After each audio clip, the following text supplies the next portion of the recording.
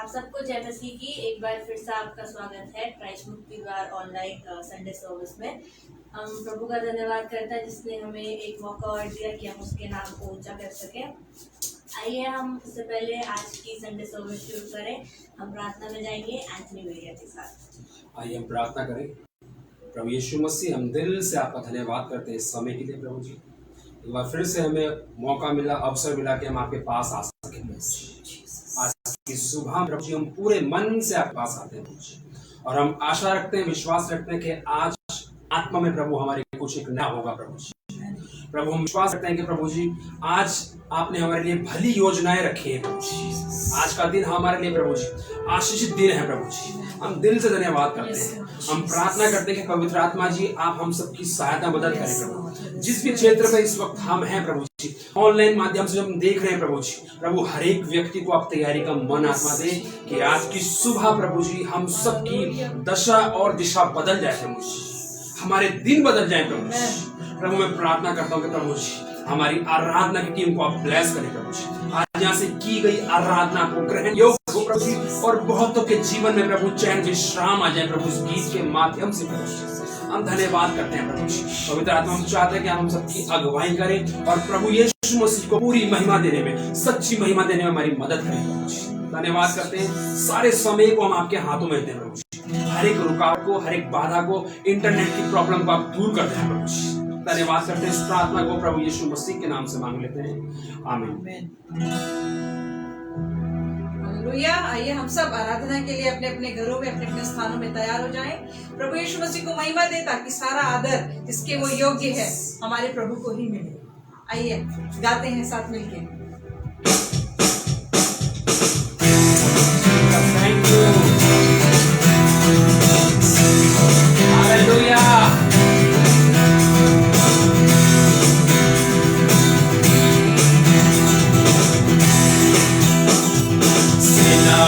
यहोवा हमारे संग संग है, सेनाओं का परमेश्वर हमारा ऊंचा गढ़ है। सेनाओं का यहोवा हमारे संग संग है, सेनाओं का परमेश्वर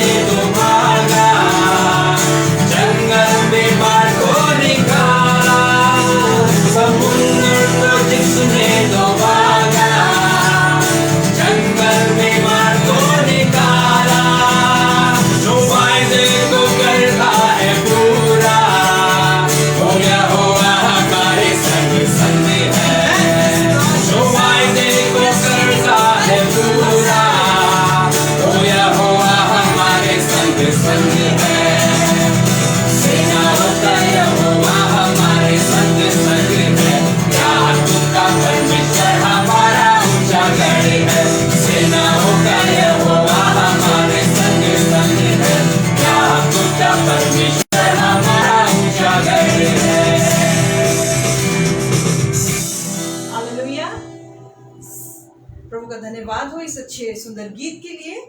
सेनाओं का यहोवा हमारे संग संग है, याकूब का परमेश्वर हमारा ऊंचा गढ़ है। प्रभु यीशु मसीह का धन्यवाद हो जो सदा सर्वदा अपने वायदे के अनुसार हमारे मध्य में रहता है। आइए ये समय होगा कि हम प्रभु के वचन में से सुनेंगे और पास्टर अभिषेक हमारी परमेश्वर के वचन को पढ़ने और सुनने में अगुवाई करेंगे। आइए हम सब मिलकर प्रभु के वचन को सीखें और आत्मा से, जो परमेश्वर का आत्मा, परम पवित्र आत्मा आपके पास है, उससे सहायता मांगे कि वो आपके वचन सुनने में, सीखने में और प्रभु में एक कदम और आगे बढ़ने में आपकी और हमारी, हम सब की मदद कर सके।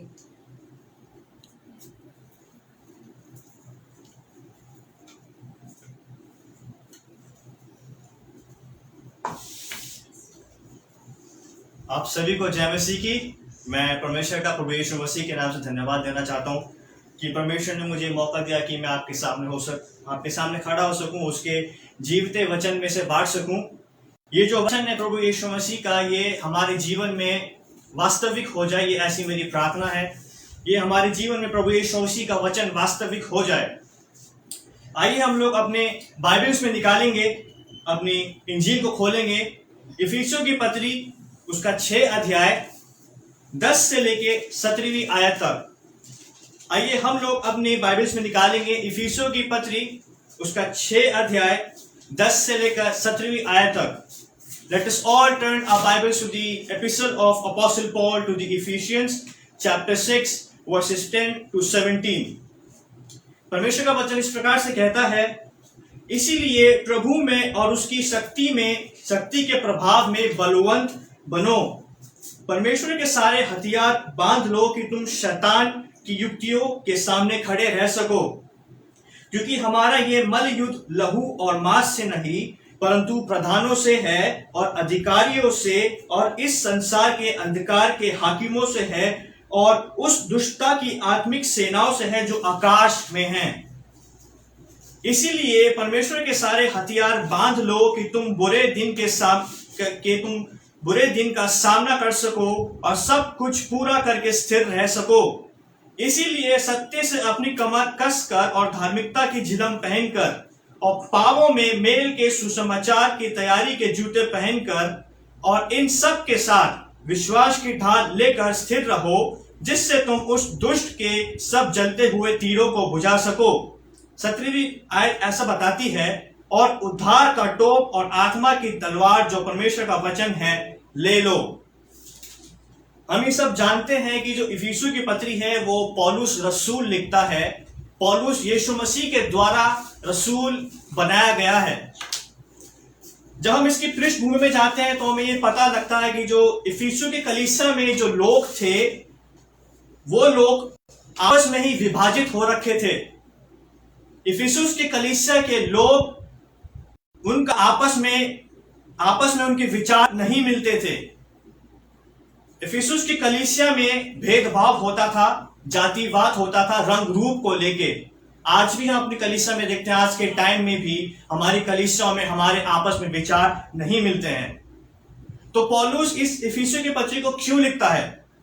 पौलुस जो यीशु मसीह का रसूल है वो इस पत्री को इसलिए लिखता है ताकि जो इफिसियों में जो विश्वासी थे उनका मेल मिलाप प्रभु यीशु मसीह से हो जाए।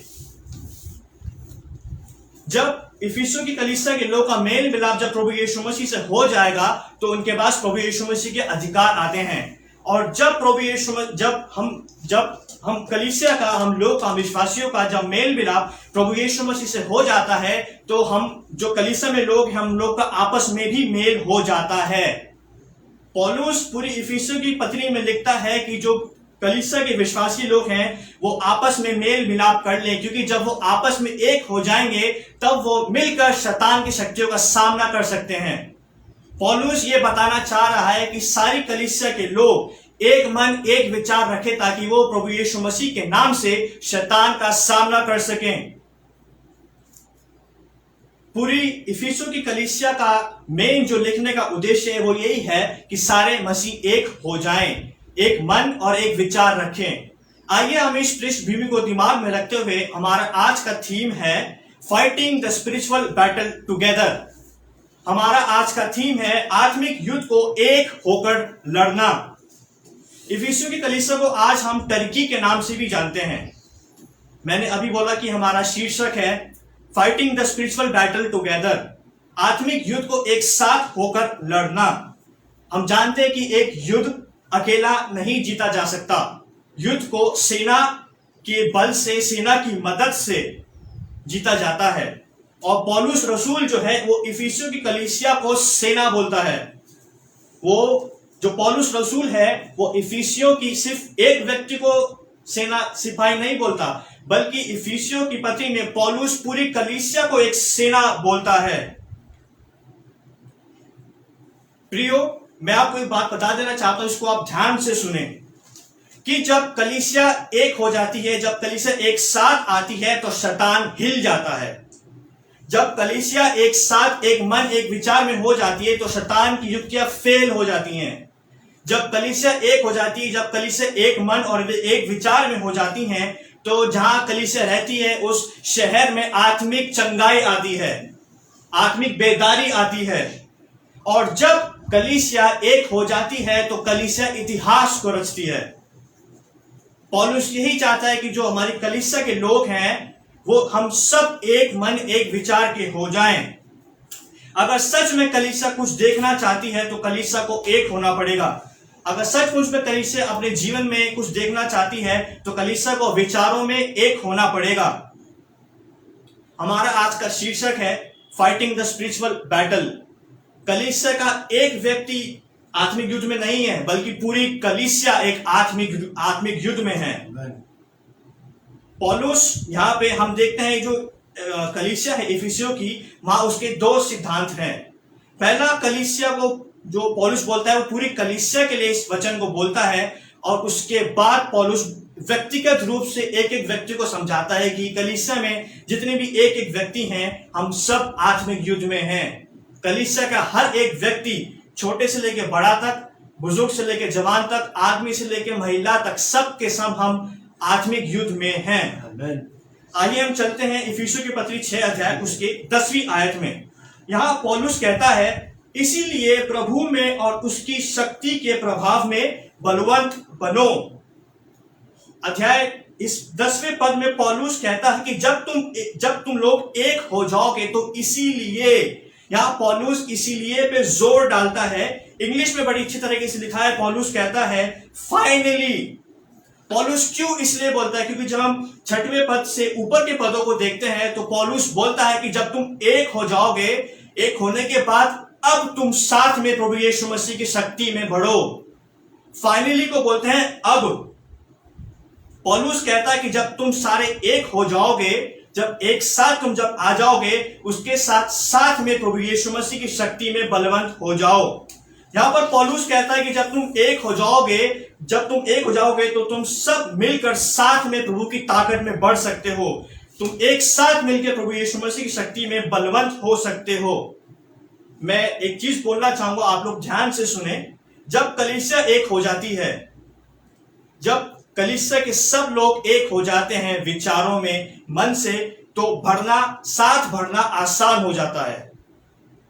जब कलीसिया के लोग एक हो जाते हैं मन विचारों में, तो साथ बढ़ना आसान हो जाता है। कलीसिया को मेल मिलाप एक दूसरे के साथ करने की आवश्यकता है। पौलुस यहाँ पे सुझाव नहीं दे रहा है, पौलुस बल्कि आज्ञा दे रहा है। पौलुस यहाँ पे सुझाव नहीं दे रहा है बल्कि आज्ञा दे रहा है। ये बात जो पौलुस कह रहा है सिर्फ एक व्यक्ति के लिए नहीं कह रहा, बल्कि सब के लिए कह रहा है। कलीसिया में सब लोग आते हैं, कलीसिया सबसे मिलकर बनती है। यहां पर कलीसिया में हर किसी से बात हो रही है, छोटे से लेके बड़े तक, आदमी से लेके औरत तक, जवान से लेके बुजुर्ग तक। यहां पे पौलुस बोलता है कि तुम यीशु की शक्ति में बलवंत हो जाओ। पौलुस यहाँ पे जिस यूनानी शब्द का इस्तेमाल करता है शक्ति के लिए, वो है पावर। और पावर का यूनानी भाषा में सही अर्थ बनता है एक्सूजियाजो, मतलब अधिकार। जब हम यीशु की शक्ति में बलवंत होते हैं तो हमारे पास यीशु का अधिकार आता है। और यीशु का अधिकार क्या है? लूका उसके 10 अध्याय के 19 पद के अनुसार सांप और बिच्छुओं को रौंदने का अधिकार कलीसिया के पास आता है। पौलुस बोलता है कि सब एक साथ मिलकर यीशु की शक्ति में बलवंत हो जाओ। आज आप किस बीमारी से जूझ रहे हैं, आज आप किस श्राप से जूझ रहे हैं, आप डिप्रेशन से जूझ रहे हैं, आपके पास अधिकार है अपनी बीमारी को कुचलने का। आपके पास अधिकार है अपने डिप्रेशन को कुचलने का। आपके पास अधिकार है शैतान की युक्तियों को कुचलने का। भाई साहब एक बात बोलते हैं जो मैं बोलना चाहूंगा। भाई साहब बोलते हैं कि या तो ये वचन सिर्फ हमारे लिए धार्मिक किताब बन के रह जाएगा, या तो हम इस वचन को अपने जीवन में वास्तविक कर लेंगे। पौलुस यही चाहता है कि जो ये वचन है हम इसको अपने जीवन में वास्तविक कर लें। आज कलीसिया में हर एक व्यक्ति को जरूरत है कि यीशु की शक्ति में बलवंत हो जाए। और शक्ति कहां से आती है? शक्ति प्रभु यीशु मसीह के वचन में से आती है। शक्ति प्रभु यीशु मसीह के वचन को पढ़ने से और उसको इस्तेमाल करने से आती है। हमें वचन को सिर्फ पढ़ना ही नहीं है, हमें इस वचन को खाना है। जब तक ये वचन हमारे जीवन में नहीं जाएगा तब तक हम यीशु मसीह की शक्ति को नहीं देख पाएंगे। 11वीं आयत में इफिसियों के पत्री 6 अध्याय में पौलुस बोलता है, परमेश्वर के सारे हथियार बांध लो ताकि शैतान की युक्तियों के सामने खड़े रह सको। दूसरी आज्ञा जो पौलुस इफिसियों की कलीसिया को देता है वो कहता है कि परमेश्वर के हथियार को बांध लो जिससे तुम शैतान की युक्तियों के विरुद्ध जा सको। यहां पे बांधने का मतलब होता है लपेटना, जकड़ना या जकड़ लो। बांधने का मतलब होता है कि यीशु मसीह परमेश्वर के हथियार को जाने मत दो। इंग्लिश में बड़ी अच्छी तरीके से लिखा है। अंग्रेजी में पॉल कहता है put on the whole armour of God. Put on का मतलब होता है पहन लेना। जब आप किसी चीज को पहन लेते हो तो आप उसको जाने नहीं देते हो, वो चीज आपकी है। पौलुस जानता था कि इफिसियों की कलीसिया के लोग निर्बल हैं, दुर्बल हैं। आज भी हमारी कलीसिया में लोग पाए जाते हैं जो निर्बल हैं, दुर्बल हैं। इसीलिए परमेश्वर ने कलीसिया के लिए अपने हथियारों को प्रदान किया है ताकि हम शैतान की सारी युक्तियों से लड़ सकें। ये जो परमेश्वर के हथियार हैं ये आत्मिक हथियार है जो अनदेखी वस्तुओं से लड़ने के लिए हैं। हम ये ना सोचे कि किसी इंसान से लड़ने के लिए है, नहीं, ये किसी देश से लड़ने के लिए नहीं है, बल्कि ये शैतान की युक्तियों से लड़ने के लिए है। कलीसिया में हर एक व्यक्ति को सोचना पड़ेगा कि हम सब युद्ध में हैं। आज कलीसिया में बहुत लोग लापरवाह हैं, तभी उन पे शैतान के शत्रु के अटैक्स होते हैं। पौलुस ये बताना चाहता है कि सब सतर्क हो जाओ, बी वॉचफुल। पौलुस ये सुझाव नहीं तरह भाई कर लेना, पौलुस बोलता नहीं करना। पौलुस ये आज्ञा दे रहा है। इंग्लिश में युक्तियों को बोलते हैं वाइल्स या स्कीमिंग्स, और युक्तियों का जो यूनानी भाषा में सही अर्थ बनता है उसका मतलब होता है बेईमानी। युक्तियों का यूनानी भाषा में दूसरा अर्थ बनता है गलत अफवाह। इंग्लिश में इसको वाइल्स या स्कीमिंग्स भी कहते हैं। शैतान हमारे विरोध में गलत अफवाहें फैलाता है। परमेश्वर के ये हथियार हमें शैतान की उन युक्तियों से बचाते हैं जो हमारे विनाश के लिए बनाई जाती हैं। अब ध्यान से सुने, ये हथियार हमें उन साजिशों से बचाता है जो शैतान हमारे लिए रास्ता गढ़ता है। ये हथियार शैतान की साजिशों के अगेंस्ट में जाते हैं। शैतान हमारे लिए साजिश हमारे ऑफिस में रख सकता है जहां भी हम काम करते हैं। शैतान हमारे लिए साजिश उन लोगों के बीच में रख सकता है जहां पे हम रहते हैं। ये हथियार शैतान के उन युक्तियों के लिए है जो हमारे कामों में नुकसान डालती है। ये परमेश्वर के हथियार शैतान की उन युक्तियों के लिए है जो हमारे परिवारों में नुकसान डालती हैं। ये परमेश्वर के हथियार शैतान की उन युक्तियों के लिए है जो हमारे शरीरों पे, हमारे परिवार पे, हमारी सेहत पे नुकसान डालती हैं। ये हथियार शैतान की उन युक्तियों के लिए है जो हमें कर्जों में डुबाती हैं, जो हमें बदनाम करने की कोशिश करता है। ये उन युक्तियों के लिए परमेश्वर ने हथियार रचे हैं, हमें दिए हैं, जो हमें बदनाम करने की कोशिश करते हैं, जो हमारे खिलाफ गलत अफवाहों को सोसाइटी में जिन लोग के हम बीच में रहते हैं। पौलुस आज्ञा देता है कि सब कलीसिया के हर एक व्यक्ति, सिर्फ पासवान नहीं, लीडर्स नहीं, हर एक व्यक्ति जो आगे से लेकर पीछे तक बैठता है, सब व्यक्तियों को पौलुस कहता है कि परमेश्वर के आत्मिक हथियारों को बांध लो। मैंने अभी बोला बांधने का मतलब होता है पहन लेना, जकड़ लेना, लपेट लेना, इसको जाने मत देना। ये हथियार आपके लिए हैं। अगर आप इसको इस्तेमाल नहीं करेंगे तो शत्रु आप पे अटैक जरूर करेगा। मैं आज बता देना चाहता हूं कि कलीसिया खड़ी हो जाए।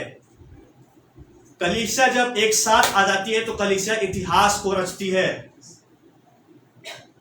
बाइबल के विद्वान ऐसा बताते हैं कि जब पुराने समय में जब भी कभी महामारी आया करती थी तो जब कलीसिया एक हो जाया करती थी तो वो महामारी उनके शहरों को छोड़ के चली जाती थी। आज कलीसिया को एक मन होना ही पड़ेगा। आज कलीसिया को युद्ध लड़ना ही पड़ेगा। हम सब युद्ध में हैं, याद रखें, लापरवाह नहीं होना है। We do not have to become lazy. Each and every individual of the church is engaged in spiritual battle, और ये युद्ध कलीसिया को एक साथ लड़ना होगा। इफिसियों की पत्री उसका 6 अध्याय 12 से 13 की आयत में पौलुस यहां कहता है, क्योंकि हमारा ये मल युद्ध मांस, लहू और मांस से नहीं परंतु प्रधानताओं से है और अधिकारियों से और इस संसार के अंधकार के हाकिमों से और उस दुष्टता की आत्मिक सेनाओं से है जो आकाश में विचरण करती हैं। 13वीं आयत में पौलुस कहता है, इसलिए परमेश्वर के सारे हथियार बांध लो। परमेश्वर के सारे हथियार क्या कर लो? पहन लो, जकड़ लो, जाने मत दो, कि तुम बुरे दिन का सामना कर सको। ये जो कोविड चल रहा है बुरा दिन है। जब कलीसिया हथियार को बांध लेगी तो कोविड का सामना कर सकती है, किसी भी महामारी का सामना कर सकती है। पर शर्त यह है कि सबको युद्ध में शामिल होना पड़ेगा, सबको हथियार बांधने पड़ेंगे। आगे कहता है, और सब कुछ पूरा करके स्थिर रह सको। हमारा मसीह जीवन युद्ध और संघर्ष से भरा हुआ है। युद्ध में जयवंत होने के लिए सबसे पहले आवश्यक है कि युद्ध करने वाला योद्धा सारे शस्त्रों को धारण कर ले। आप बिना हथियार के युद्ध नहीं लड़ सकते। अगर आपको युद्ध लड़ना है तो जो पौलुस यहां बताता है आत्मिक हथियार, हम सबको उसको धारण करना पड़ेगा। दूसरी आवश्यक बात है कि योद्धा अपने शत्रु को समझे और जाने कि वो कितना बलवान है। मैं फिर से ये बात रिपीट करना चाहूंगा, आप चाहे तो लिख सकते हैं। दूसरी बात पौलुस हमें समझाता है कि यह बात आवश्यक है कि एक योद्धा, एक वॉरियर अपने शत्रु को समझे और जाने कि वो कितना बलवान है। हम इस गफलत में ना रहे कि शैतान बलवंत नहीं है। हमारे पास ये मिसअंडरस्टैंडिंग होती है कि शैतान कुछ नहीं कर सकता हमारा, और जब हम ये सोचते हैं तो एक मसीह जीवन, एक मसीह लापरवाह हो जाता है। कलीसिया को समझनी पड़ेगी ये बात कि शैतान बलवंत है। अगर हम ये सोचेंगे शैतान बलवंत नहीं है, if you underestimate your enemy then your enemy will overcome you. अगर हम ये सोचेंगे शैतान कमजोर है तो वो कमजोर नहीं है, वो आपसे 2 कदम आगे है, बल्कि ज्यादा ही होगा। जब तक हम उसके परमेश्वर के हथियार को धारण नहीं करेंगे तब तक हम शैतान का सामना नहीं कर सकते। आज कलीसिया में कोई व्यक्ति ये ना सोचे कि हम युद्ध में नहीं है। हर एक व्यक्ति जो प्रभु के नाम पर विश्वास करता है वो आत्मिक युद्ध में है। अगर आपने यीशु मसीह के नाम पे विश्वास करा है तो हम सब आत्मिक युद्ध में हैं। 11वीं आयत में पौलुस बोलता है कि परमेश्वर के हथियार को बांध लो। क्यों बांध लो? पौलुस यहां पर एक शब्द यूज करता है, मलयुद्ध। मलयुद्ध को हम इंग्लिश में बोलते हैं रेसलिंग, और रेसलिंग में 2 लोग लड़ते हैं और वो खड़े नहीं रहते, वो एक दूसरे पे अटैक करते हैं। मलयुद्ध का मतलब यही होता है कि आप अटैक करो, डिफेंस करो। हम जानते हैं कि युद्ध बिना हथियारों के बिना नहीं लड़ा जा सकता। युद्ध या रेसलिंग बिना हथियार के नहीं लड़ी जा सकती। युद्ध लड़ने के लिए हथियार होना बहुत जरूरी है, और ये जो हमारा युद्ध है वो हाड़ या मांस से नहीं है बल्कि अधिकारियों से है। यूनानी भाषा में अधिकार का मतलब होता है सरकार या राज करने वाला। शैतान इस संसार पर राज करता है, वो इसका अधिकारी है। और हाकिमों को पौलुस बोलता है कि वो लोग होते हैं जो आज्ञा देते हैं। यहाँ पे पौलुस जिस यूनानी भाषा का, जिस यूनानी शब्द का इस्तेमाल करता है हाकिम के लिए, वो है आर्कोन, ARCHON। और आर्कोन का मतलब होता है जो व्यक्ति आज्ञा देता है। इंग्लिश में हाकिम को बोलते हैं चीफ या प्रिंस। प्रिंस खड़ा रहता है, वो खुद काम नहीं करता, वो अपने नुमाइंदों को आज्ञा देता है। वैसे शैतान अपने दुष्टात्माओं को आज्ञा देता है कि जाओ। शैतान खड़ा रहता है, ये मत सोचो शैतान खुद आता है। शैतान खड़ा रहता है, उसके पास टाइम नहीं है, वो अपनी दुष्ट आत्माओं को भेजता है, वो कंट्रोल करता है अपनी दुष्ट आत्माओं पे, वो अधिकार देता है। शैतान अकेला नहीं है, ये बात हमें समझनी पड़ेगी। The devil is not alone. उसके साथ शासक, अधिकारी और पृथ्वी की शक्तियां हैं। पृथ्वी की शक्तियां मतलब जिनमें दुष्ट आत्माएं जो आप देखते हैं, जो स्वर्ग जो ऊपर घूमती हैं, हम अपनी आंखों से नहीं देख सकते, अंधे की वस्तु होती हैं, उनको बोलते हैं पृथ्वी की शक्तियां, दुष्ट आत्मा जो आकाश में विचरण करती हैं। वो अधिकार होते हैं, दुष्ट आत्माएं होती हैं। अगर हम अपने शस्त्र के बिना ये हथियार या इस युद्ध में जाएंगे तो हमें आसानी से शैतान पराजित कर देगा। मैं दोबारा से ये बात को बोलना चाहूंगा, अगर हम अपने शस्त्र के बिना या हथियार के बिना उसका सामना करेंगे तो शैतान हमें आसानी से पराजित कर देगा। मैं फिर से बोलना चाहूंगा कि पौलुस आज्ञा दे रहा है हथियार बांध लो, सुझाव नहीं है। पौलुस बोल रहा है कि अपने हथियारों को बांध लो। आइए हम चौदहवीं आयत में चलते हैं। इफिसियों के पत्री 6 अध्याय की 14वीं आयत में पौलुस बोलता है, इसलिए सत्य से अपनी कमर कसकर और धार्मिकता की झिलम पहनकर। हम सिर्फ इस वर्ष को देखेंगे अभी। मैं फिर से बताना चाहूंगा, 14वीं आयत में पौलुस बोलता है, इसीलिए सत्य से अपनी कमर कसकर और धार्मिकता की झिलम पहनकर। पौलुस इफिसियों की कलीसिया को बोलता है कि सत्य से अपनी कमर कस लो। कमर कसने का मतलब होता है तैयार रहना।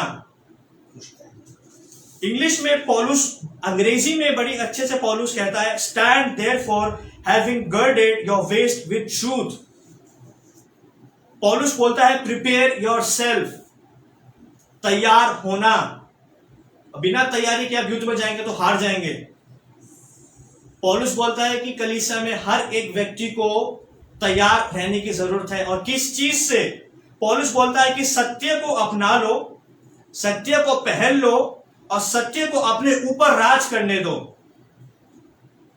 क्यों बोलता है? क्योंकि यूहन्ना उसके 8 अध्याय 44 पद के अनुसार शैतान झूठ का गढ़ने वाला और झूठ का पिता है। इसलिए पौलुस बोलता है केवल सत्य ही उसके झूठ को पराजित कर सकता है। आप लिख ले इस बात को, मैं दोबारा रिपीट करूंगा। केवल सत्य ही है जो उसके झूठ को पराजित कर सकता है। शैतान की ये कोशिश रहेगी कि हम लोग झूठ बोलें। शैतान इन्फ्लुएंस करेगा हमें। शैतान की हमेशा चाह रहती है कि वो हमें ये मोटिवेशन हमारे अंदर लाए कि हम झूठ बोलें। हम अपने कर्मचारियों के साथ झूठ बोले जा रहते हैं, हम अपने ऑफिस में झूठ बोले। वो चाहेगा कि हम अपने फायदे के लिए एक झूठ बोलें, किसी को बचाने के लिए हम एक झूठ बोलें। एक छोटा सा झूठ शैतान को हमारे जीवन में अवसर देता है कि हम बार बार झूठ बोले और अपने जीवन की नींव को झूठ पर बना लें। मैं दोबारा बोलना चाहूंगा, आप लिख सकते हैं, एक छोटा सा झूठ शैतान को हमारे जीवन में अवसर देता है कि हम बार बार झूठ बोलें और अपने जीवन की नींव झूठ के ऊपर बना लें। जो यहां पे जो सत्य का जो अर्थ बनता है यूनानी भाषा में, उसको बोलते हैं जो छुपा ना जाए। सत्य का मतलब होता है जो चीज छुपी नहीं होती, अनकंसील्ड। पौलुस यहां पे एक यूनानी भाषा इस्तेमाल करता, मैं बोलना चाहूंगा। ट्रूथ को बोलता है पौलुस आलेथेस। आलेथेस का मतलब होता है जो चीज छुपी नहीं गई हो, सबके सामने खुली है। और सत्य भी छुपाया नहीं जाता। एक पास्टर बोलते हैं कि झूठ को दबाया नहीं जाता, सच को दबाया जाता है। I would like to quote Pastor Andrew Cedra. He says, "A lie is never suppressed. Truth is." एक भाई साहब हैं एंड्रू सेड्रा के नाम से, जो अमेरिका में रहते हैं। वो कहते हैं कि सत्य को दबाया जाता है, झूठ को नहीं। सत्य का मतलब ये भी होता है विश्वास योग्यता और भरोसेमंद होना। क्या आज हम लोग परमेश्वर के साथ विश्वास योग्य हैं? क्या कलीसिया के लोग पासबान के साथ विश्वास योग्य हैं? क्या कलीसिया के लोग एक दूसरे के साथ विश्वास योग्य हैं? क्या कलीसिया के लोग एक दूसरे के साथ अपने एक दूसरे पे भरोसा करते हैं? ये सोचनी पड़ेगी बात कलीसिया को। मैंने यहाँ पे बोला है कि कलीसिया का यहाँ पे दो सिद्धांत हैं। पहला है पौलुस यहाँ पे पूरी कलीसिया को एड्रेस कर रहा है, और साथ साथ पौलुस व्यक्तिगत रूप से भी एक व्यक्ति को यहाँ पे एड्रेस कर रहा है। The church has dual concept. The first one is communal and the second one is individual. जब पौलुस कलीसिया बोलता है तो उसमें सब आते हैं, और जब पौलुस बोलता है तो उसमें एक व्यक्ति आता है। पर्सनल रिलेशनशिप होना। हम कलीसिया हैं, मैं कलीसिया हूं। प्रभु बोलता है जहां 2 या 3 मेरे नाम से इकट्ठे होते हैं मैं वहां पे होता हूं। कलीसिया में 2 या 3 से ज्यादा लोग इकट्ठे होते हैं, वो चर्च होता है। कलीसिया 2-3 लोग भी होते हैं, और कलीसिया में अकेला भी हूं। दूसरा हथियार जो पौलुस धारण करने को बोलता है वो है धार्मिकता की झिलम। अंग्रेजी में पौलुस बोलता है the breastplate of righteousness. झिलम या ब्रेस्ट प्लेट जो होती है वो योद्धा पुराने समय में इस्तेमाल करते थे। जो झिलम होती थी वो गले से लेकर पेट तक एक योद्धा को सुरक्षित रखती थी। ब्रेस्ट प्लेट जो होती थी, जो योद्धा यूज करते थे, झिलम गले से लेकर पेट तक, और वो दोनों साइड पहनते थे। योद्धा झिलम आगे पीछे दोनों जगह पहनते थे बचाव के लिए। झिलम जो होता है वो बचाव के लिए योद्धा पहनते थे। परमेश्वर ने हमें यीशु में धार्मिक किया है। हमने यीशु की धार्मिकता को प्राप्त किया है। ये धार्मिकता की झिलम पौलुस इसलिए पहनने को बोलता है ताकि शैतान हम पर अधर्मी होने का आरोप ना लगा सके। ये धार्मिकता की झिलम है, ये हमें शैतान के आरोप से बचाती है। शैतान आरोप लगाने में माहिर है। जो शैतान का सही अर्थ बनता है यूनानी भाषा में, उसको बोलते हैं धोखा देने वाला और आरोप लगाने वाला। The Greek meaning that is used for devil is accuser or slanderer. Devil को बोलते हैं आरोप लगाने वाला, झूठा आरोप लगाने वाला। शैतान आरोप लगाता है। जो धार्मिकता की झिलम पौलुस पहनने को बोलता है हमें, ये झिलम शैतान के आरोप से हमें बचाती है। शैतान हमारे अंदर ये संदेह, ये शक उत्पन्न करता है कि हम धार्मिक नहीं हैं। शैतान हमारे अंदर ये संदेह पैदा करता है कि संदेह हमारे अंदर ये पैदा करता है कि परमेश्वर हमारे पक्ष में नहीं है। शैतान का सबसे बड़ा झूठ है। शैतान हमारे अंदर एक शक को पैदा करता है कि परमेश्वर हमारे पक्ष में नहीं है। जब भी कभी शैतान हमारे मन में ये शक उत्पन्न करे, इसको लिख ले आप, मैं दोबारा बोलूंगा, जब भी कभी शैतान हमारे मन में ये शक उत्पन्न करे तो कलीसिया में हर एक व्यक्ति धार्मिकता की झिलम को पहन ले। जब भी कभी शैतानी आरोप लगाए कि तुम कुछ नहीं हो, तुम पापी हो, तुम अधर्मी हो, परमेश्वर तुम्हारे पक्ष में नहीं है, परमेश्वर तो कुछ कर ही नहीं रहा, परमेश्वर उस फिरौन की सेना को रोक ही नहीं रहा है पीछे जो मेरे पीछे आ रही है, तो आप उस झिलम को धारण कर लें। ये झिलम बचाती है हमें। पौलुस सुझाव नहीं दे रहा है, बल्कि पौलुस आज्ञा दे रहा है। He is commanding the church of Ephesus. हर एक व्यक्ति को धार्मिकता की झिलम पहनने की आवश्यकता है। कलीसिया अपने विश्वास पर स्थिर रहने के लिए हमें यीशु मसीह में धार्मिक बनाती है। हमें धार्मिक होने की जरूरत नहीं है, हम यीशु मसीह में धार्मिक हो गए हैं। जरूरत नहीं है कुछ काम करने की, कहीं जाने की। यीशु मसीह में परमेश्वर ने हमें धार्मिक बना दिया गया है। हम यीशु मसीह में धार्मिक है। We are righteous in Lord Jesus Christ and God has made us righteous in Lord Jesus Christ. It is the gift. 15 अध्याय में, इफिसियों की पत्री 6 अध्याय के 15 अध्याय में पौलुस बोलता है, और पांवों में मेल के सुसमाचार के तैयारी के जूते पहन लो।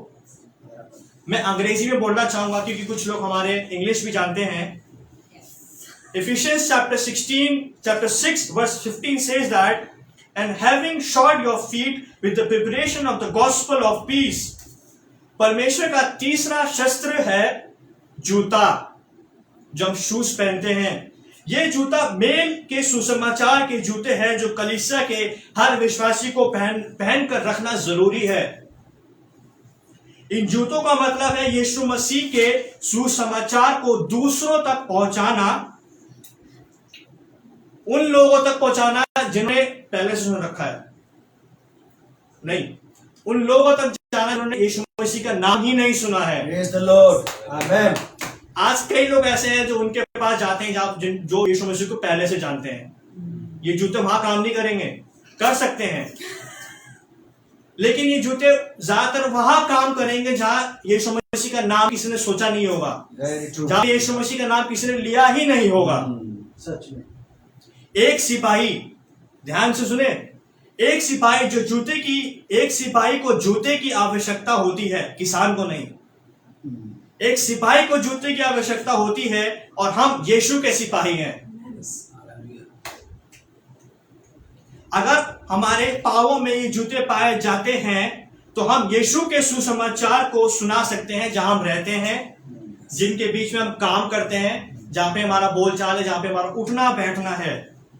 ये जूते हमें ठोकर खाने से बचाते हैं, हमें ठोकर नहीं लगेगी। याद रखें इस बात को, ये जूते हमें ठोकर खाने से बचाते हैं।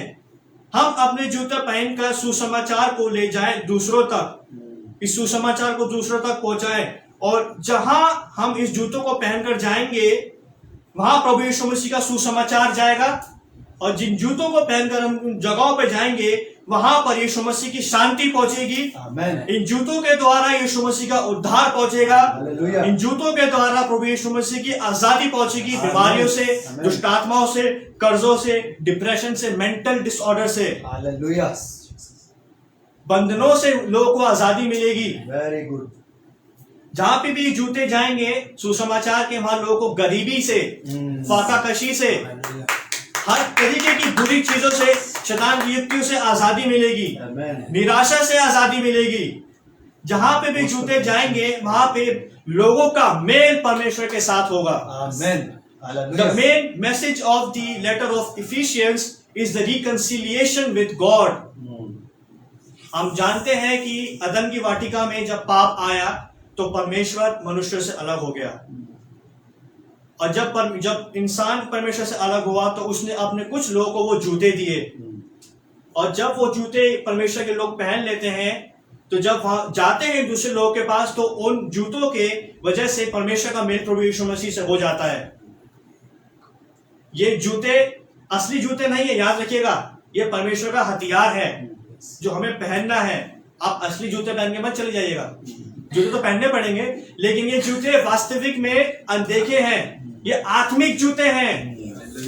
जब आत्मिक जूते पहनेंगे तो हम उन लोगों के पास जा सकेंगे जो प्रभु यीशु मसीह को अब तक नहीं जानते, और जब वहां जाएंगे तो उनका मेल सच्चे परमेश्वर के साथ हो जाएगा। Amen.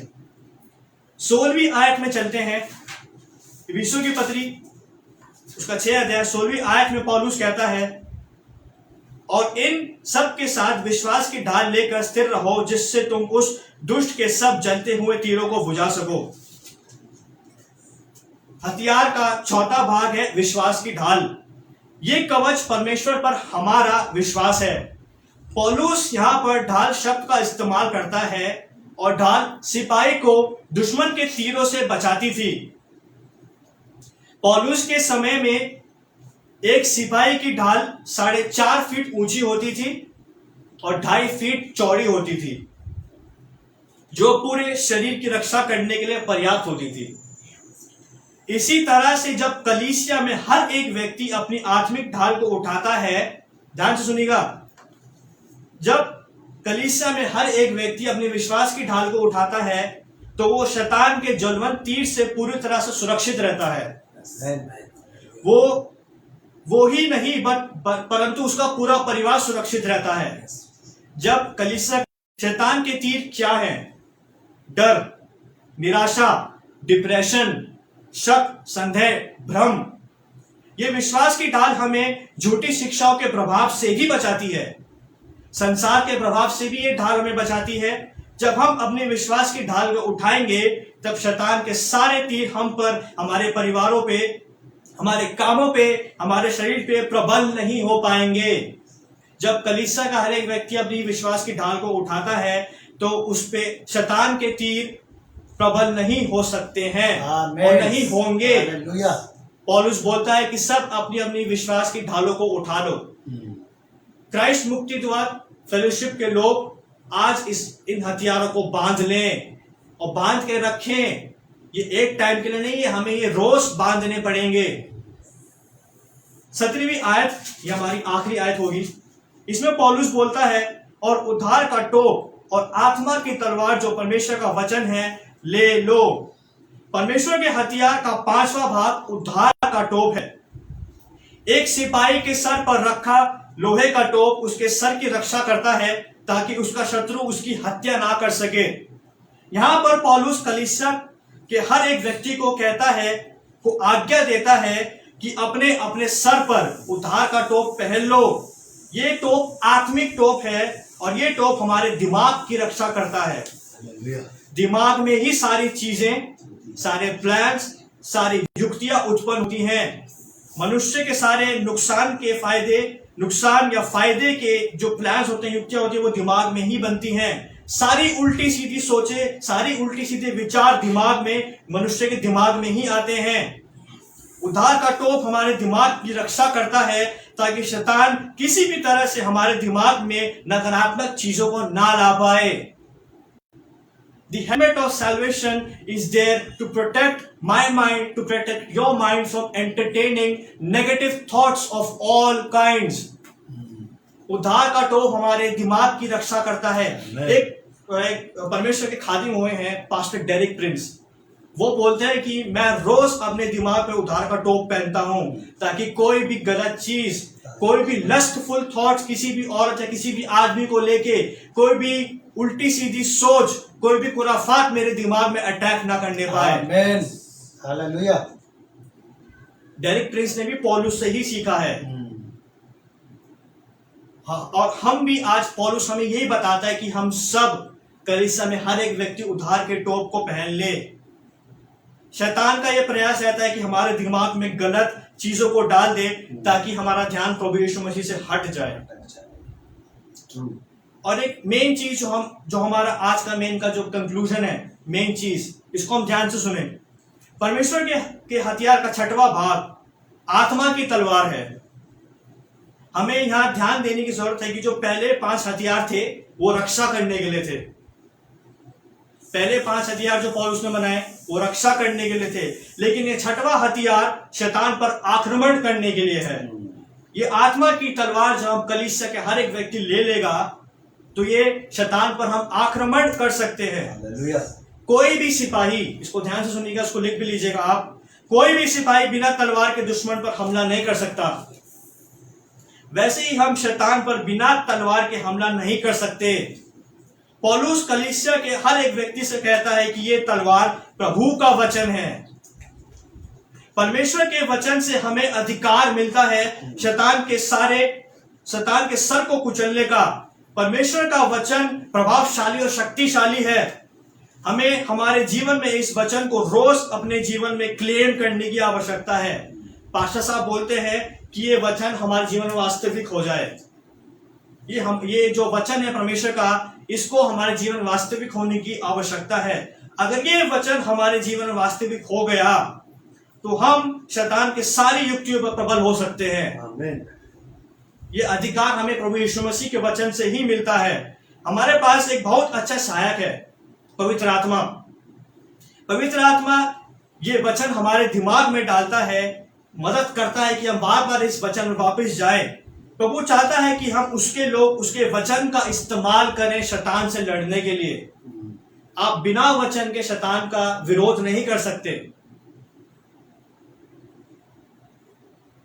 या तो ये बाइबल हमारे लिए सिर्फ धार्मिक शास्त्र बन के रह जाएगी, या तो हम इसको अपने जीवन में वास्तविक कर लेंगे। हम प्रभु यीशु मसीह से सीख सकते हैं कि जब शैतान उनकी परीक्षा ले रहा था तब यीशु वचन के द्वारा उस पर प्रबल हुआ। सबसे बढ़िया उदाहरण हमारे जीवन में यीशु मसीह ही है। यीशु मसीह ने शैतान का सामना परीक्षा के समय वचन द्वारा किया है। पौलुस इफिसुस की कलीसिया को और आज क्राइस्ट मुक्ति द्वार की कलीसिया को बताना चाह रहा है कि हम प्रार्थना के साथ ये सारे हथियार पहन लें। ये हथियार हमें सिर्फ एक दिन के लिए नहीं पहनने हैं, लेकिन हर दिन इस हथियार को पहनने की जरूरत है। क्योंकि हम लापरवाह हो सकते हैं, शैतान लापरवाह नहीं होगा। छठे पद में पौलुस क्यों आकर बोलता है कि एक साथ युद्ध लड़ो, क्योंकि 1 से लेकर 5 अध्याय तक वो पौलुस उनको बोलता है कि सब एक हो जाओ, एक। जब कलीसिया के हर एक व्यक्ति एक विचार, जब कलीसिया का हर एक व्यक्ति एक हो जाएगा, तब वो एक साथ युद्ध को लड़ सकते हैं। आज कलीसिया युद्ध में है और हर एक व्यक्ति को युद्ध लड़ने की आवश्यकता है। पौलुस हमें आज्ञा देता है कि हम ये सारे हथियार बांध लें। आइए हम लोग प्रार्थना करेंगे। परमेश्वर पिता, मैं आप प्रभु यीशु मसीह के नाम से आपका धन्यवाद देना चाहता हूँ प्रभु कि आपने ये फिर से मौका दिया कि हम इस स्थान पे इकट्ठा हो सके, इस टेक्नोलॉजी के द्वारा प्रभु हम इकट्ठे हो सके। प्रभु धन्यवाद देते हैं इस वचन के लिए प्रभु। ये वचन हमारे अंदर 30 गुना, 60 गुना, 100 गुना फल लाए प्रभु। पवित्र आत्मा जी हमें मदद सहायता करे कि हर एक विश्वासी कलीसिया का लापरवाह ना हो। प्रभु हम प्रार्थना करना चाहते हैं कि हम ये आत्मिक हथियार जो आपने दिया हम उसको बांध लेते हैं प्रभु, ताकि हम शैतान की युक्तियों का सामना कर सकें, ताकि अपने जीवन में प्रभु आपके काम को देख सकें। प्रभु प्रार्थना करना चाहते हैं कि कलीसिया को आप एक मन एक विचार कर दे प्रभु, और सब यूनाइट हो जाएं प्रभु, ताकि हम एक साथ युद्ध लड़ सके शैतान से। आपका धन्यवाद देते जितने भी लोग हमें देख रहे हैं, हम सबको ब्लेस करें, ताकि प्रार्थना का उत्तर दें प्रभु, उन सबको सिखाएं कि रोज प्रभु के हथियार को बांधना सीखें, ताकि हम अपने जीवनों में शैतान की युक्तियों को फेल कर सकें। पवित्र आत्मा जी हमारी मदद सहायता करें, और जितने भी लोग बीमार हैं प्रभु, उन सबको आप चंगाइयां दें प्रभु, इनके कामों में, इनके रोजगारों में आप आशीष दे प्रभु, इतिहास बनाने में कलीसिया को मदद सहायता करें प्रभु। Yes Lord. इस प्रार्थना को हम यीशु मसीह के नाम से मांग लेते हैं, आमीन। आमीन। जय मसीह की सबको।